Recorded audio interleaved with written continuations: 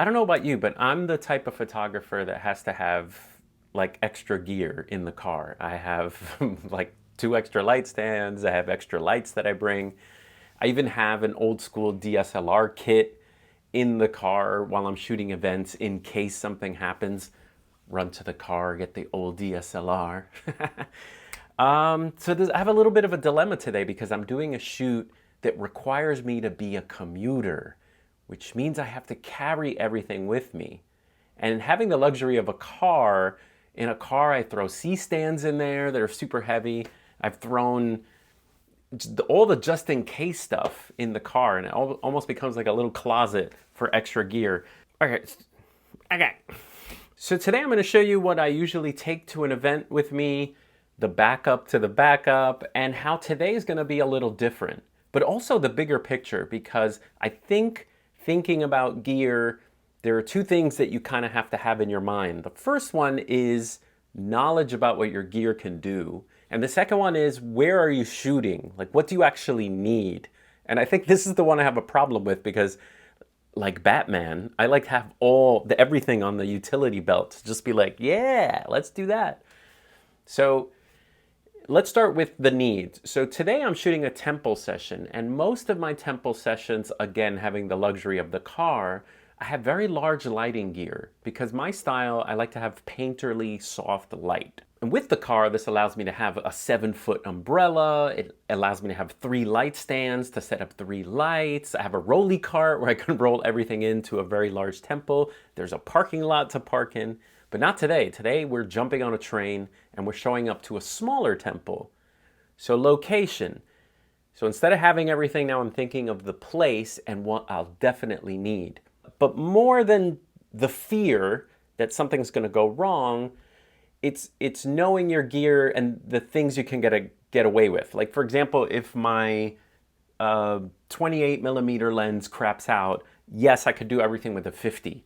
Having confidence in your gear. If you need to do a wide shot of a temple, could you do it with a 50? Yes, your knowledge is I could take a bunch of photographs and stitch them later if I had to.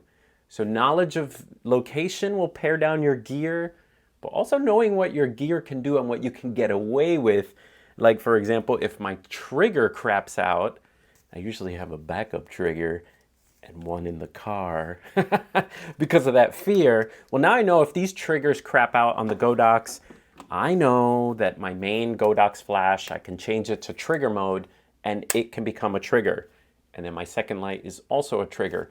And if these two crap out, man, I could just shoot everything with one speed light bouncing off a wall. You get it? So knowledge of what your gear can do. My eyes are up here. Oh, hi. Okay, let me bring you over and show you some of the stuff. It's just all stuff. Okay, for soft painterly light, I use a very large 7-foot umbrella, like I mentioned. And I usually, from the temple, sometimes go to a party. So a lot of my lighting gear starts off being kind of like studio work, working at a temple, and then it becomes more event and party work. So one of the best lights for that sort of dual task of studio to uncontrollable environment is the AD200. The AD200 is small, compact, and fits in a bag and has the power of 3 speed lights. For flashes, I have the 862s. I know Godox has a new version, but I like this version better. I love these batteries. I love the door that closes. These are great, and I have 4 of them. One of them is the emergency one, and 3 I bring into a reception or location. Sometimes they work as main lights, mostly if I'm at a party. But if I'm shooting a temple session, they're mostly hair lights and accessory lights. Sort of Joe McNally-like. Sometimes I put them on the ground. Sometimes I, light up a wall or something like that. So one is an accessory, one is a hair light. But the main camera is the Nikon Z6 II. I've been using that for almost a year now, the Nikon Z6 II. And my backup camera is the Z7 II, which is a backup because I use that mostly for my personal work and cityscapes for the high res. But what's great about the Z7 II is that it can shoot smaller RAWs. So you can actually have 24 megapixel-ish files from that. But I don't want to commute with two cameras, so that's going to be a dilemma. Lenses, I usually have a 14 to 30 super wide. I have a 28 millimeter Sigma 1.4. I have a Nikon 105 1.4, which is an amazing lens. And the backup camera usually has the 24 to 70 f4 on it. And I also have the 50 millimeter 1.8. Now, mostly I work off this Tenba bag. This becomes kind of my lens bag that I hold everything in. And then my think tank bag here is where I carry everything, all the flashes and all the lenses. But my plan as a commuter is to kind of try to fit everything in here and work with that. So we have to pare everything down. Okay, so here's the plan. The plan is to leave the backup Nikon Z7 II behind, so I'm not going to need that. I know the location is smaller, so I'm not going to need super powerful lights, and I'm not taking the 7-foot umbrella with me. So no AD200s, and these are heavy, so that's good to leave those behind. Which leaves the speed lights. I'm leaving the backup one behind, and I'm going to take one main light, one hair light, and sort of one backup. I definitely want a backup in case one of these breaks, or if I don't have a trigger. I don't need the backup trigger, so I could take along just one trigger for 2 lights. I need a backup. If this breaks, I could use one of these as the commander, like I mentioned. So I definitely need this. I definitely need the Nikon Z6 II with the 50 millimeter. I need extra batteries for that. And for my backup camera, I'm gonna take along the Fujifilm X-T3, yay! This is a great camera, has 2 card slots, so it's great for shooting once-in-a-lifetime thingies, like a temple session. And I'm just gonna bring along the 35 millimeter f2, which acts like a 50. You could do everything with that. So that's a great backup. It's smaller, it's lighter, and this bag is great, but it's just gonna bulk me up with, I have to carry a lighting bag, everything in this think tank. So I'm gonna leave this guy behind, which is my usual bag. And instead, I'm gonna bring this smaller think tank retrospective bag. And what I'm actually planning to do is, I'm gonna pack the lenses in the main bag, but then when I get there, this will become sort of my lens bag. So I only have 3 lenses. So 2 lenses will be here while I'm working with one on the camera, and then I can sort of flip around. So this is a small, tiny bag that's great for commuting. I could put my extra batteries in there. Yeah, so for now, these, I'm not gonna carry them in there. I'm gonna put them in the main bag. So I could put the Fujifilm in here, and then just whatever extra stuff in there. So this is a great little lens bag. Okay, everything's packed up nice in there. I have the adapters for the 2 F-mount lenses. I have the adapters in here. I could put them on when I get there and then put them in the other bag. This flash has the mag mod on there. So what I'm thinking is I'll probably, to soften the light inside my modifier, I'll probably use that there. It's always good to have that guy. Also can act as a hair light. So if you put a grid on this guy and this could also be your hair light if space is limited. And yeah, that's good. Okay, and the biggest dilemma is lighting, because light stands take up a lot of space, and I like to bring 4 of them. So I have to think about small light stands and what I can get away with. And that goes back to that first thing. Think about your location.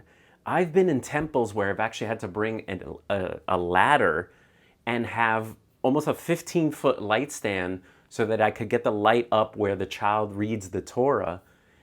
But I know that before I'm going in, huge 8-foot ladder kind of thing. And so I know the location. I know that it's a smaller little space, so I can get away with smaller light stands. I have 2 small light stands to show you. One of my favorite is, and those of you that are regulars on this channel, and by the way, if you're not a regular, how come you haven't subscribed yet? Those of you that are regulars have seen this before. I've shown this a couple of times, but this is the Manfrotto, what is it called? 5001B. And what's great about this is it's small and compact. and it opens up like yo, and it actually is a 6 foot, 2 meter size. Here we go. Fwop. No, 7 footer. Look at that. Whoa. It goes all the way to the ceiling here. So this guy has a lot of height. The only thing, if you're buying this, I would be careful if you're putting it somewhere where people walk or where it could get knocked over, because the taller it gets, the less stable it is. But it does has, look at that. Look at these legs right here, guys. These 3 legs are pretty good and nice and spread out. It's just a great design that keeps the light stand compact. So this is a definite commuter approved light stand. Now the heads I usually use are the S bracket heads, which are so big and bulky, but now I got to go back to these little commuter approved flash bracket holders. Okay, cool. That's the first one. The second one is also a Manfrotto. They make nice light stands. And this dude is also less stable because the legs are tinier. You see the legs are smaller there. But this little guy is, I believe, a 6 footer too, or 7 footer.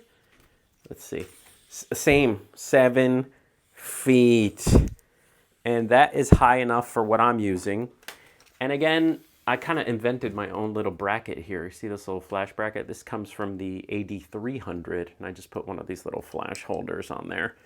And that makes it super small and compact. And this one will be for my hair light. Yay, 2 small light stands, done.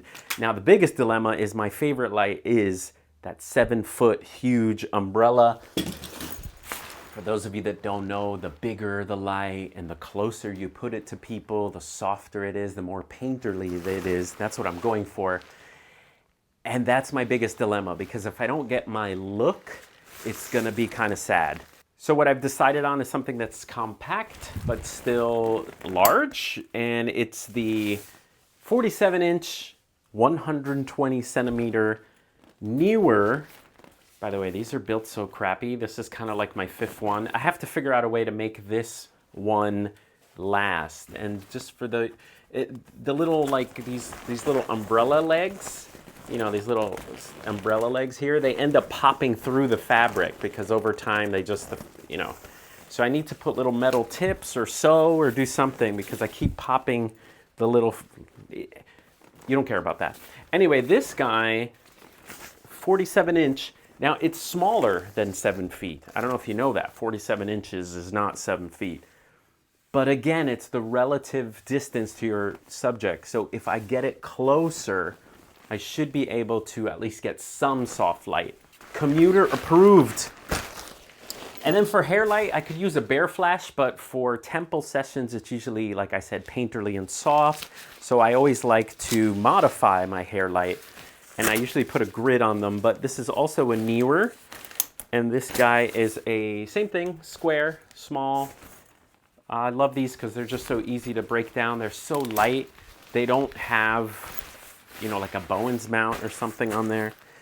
And then for the bag, my commuter bag, I'm just reusing this 38-inch deep glow bag. There we go. Oh, nice. He fits. He fits. Oh, not bad. Look at that. So I have my lighting. Oh, it's raining today. If we can fit a raincoat in there. Look at that. We even have outerwear. Okay. Oh, you like? Look at that. I look like a super commuter, hey? Light bag is not too heavy, the backpack feels nice, and I have my Fujifilm. What's great is, as bonus, I have the Fujifilm here, so when I get to the city and walk around, I could do a little street photography too, since I'm going to the city early. Awesome.